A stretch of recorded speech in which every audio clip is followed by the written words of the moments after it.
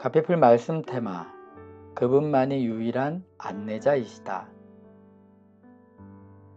존 헨리 사마스의 예수 따라가며라는 소박한 찬송가는 아주 근본적인 것을 우리에게 가르쳐 준다.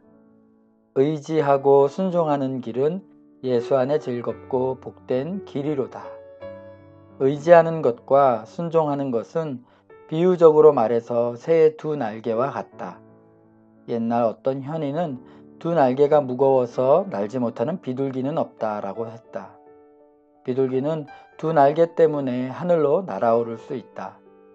의지하는 것과 순종하는 것은 그리스도인의 두 날개이다. 우리는 의지하고 순종해야 한다. 순종하는 것은 의지하기 때문이다. 그리고 순종하기 위해서는 의지해야 한다. 믿음 없이 순종하려고 한다면 실패한다. 순종 없이 믿음만 가지려고 한다면 아무것도 이룰 수 없다. 그리스도께서는 그분께 순종하는 사람들과 그분을 신뢰하는 사람들에게 영원한 구원을 주셨는데 여기서 알 수 있듯이 순종하는 것과 신뢰하는 것이 동의어까지는 아닐지라도 적어도 유의어이다. 이 두 가지는 동전의 양면과 같다. 동전을 생각해보자. 고운 톱으로 동전을 갈라서 쪼갠다면 한쪽 면으로 물건을 살 수 있을까?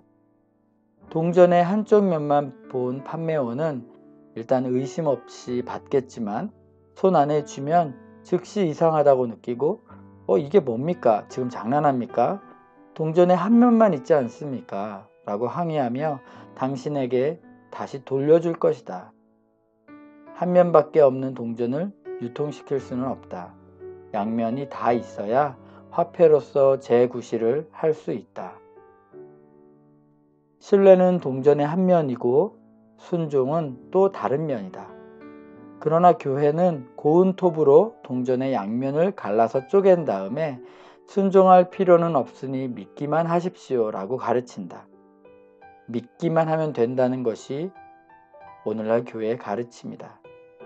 그러나 동전을 나누면 안 된다. 양면이 갈라진 동전은 아무짝에도 쓸모가 없다. 신뢰만으로도 안 되고 순종만으로도 안 된다. 신뢰하고 순종해야 한다. 하나님을 믿어라. 그리고 나가서 순종하라. 그러면 이것이 영원한 구원의 길이라는 걸 알게 될 것이며 예수 그리스도께서 당신의 모든 것이 되실 것이다. 어떤 이들은 그들 나름대로의 길을 찾으려고 애쓴다. 내가 볼 때 아마도 지름길을 찾는 것 같다. 그러나 하나님의 존전에 이르는 지름길은 없다. 모세는 불타는 떨기나무에서 하나님을 만나기 전에 광야의 후미진 곳에서 40년을 보내야 했다. 바로의 궁전에서 성장기를 보냈던 모세에게는 40년의 광야 생활이 결코 편하지 않았을 것이다. 그러나 하나님의 타이밍은 언제나 완벽하다.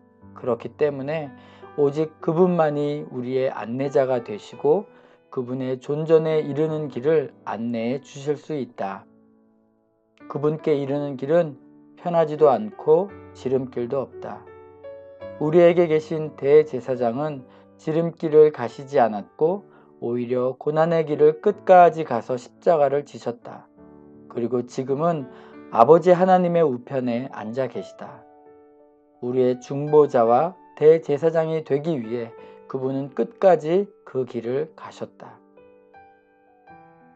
만일 예수님이 지름길을 선택하셨다면 어떻게 되었을까? 그날 밤, 즉 겟세마네 동산에서의 그 어두운 밤을 생각해보라. 그날 밤 그분은 내 아버지여 만일 할만하시거든 이 잔을 내게서 지나가게 하옵소서.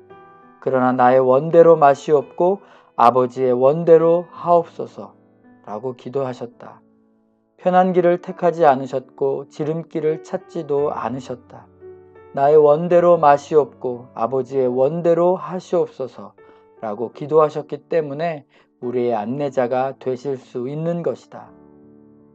그리스도께서 편한 길을 마다하고 십자가의 길을 가서 우리를 위해 죽음을 맛보시고 우리의 대제사장이 되셨으므로 우리가 그분을 의지하고 순종하는 것은 당연하다. 하나님께 임명을 받아 인간을 위한 대제사장이 되신 예수 그리스도만이 우리를 하나님의 존전으로 이끌어갈 수 있는 유일한 안내자이시다. 바로 이런 이유 때문에 우리의 영혼의 원수가 우리와 하나님 사이에 끼어들어 방해하려고 애쓰는 것이다. 하지만 그리스도를 발견한 사람들은 완전한 안내자를 찾은 것이다. 그분을 따르는 중에 그들은 하나님의 임재가 안식과 평안을 준다는 것을 깨닫게 될 것이다. 가피플 말씀 테마, 그분만이 유일한 안내자이시다.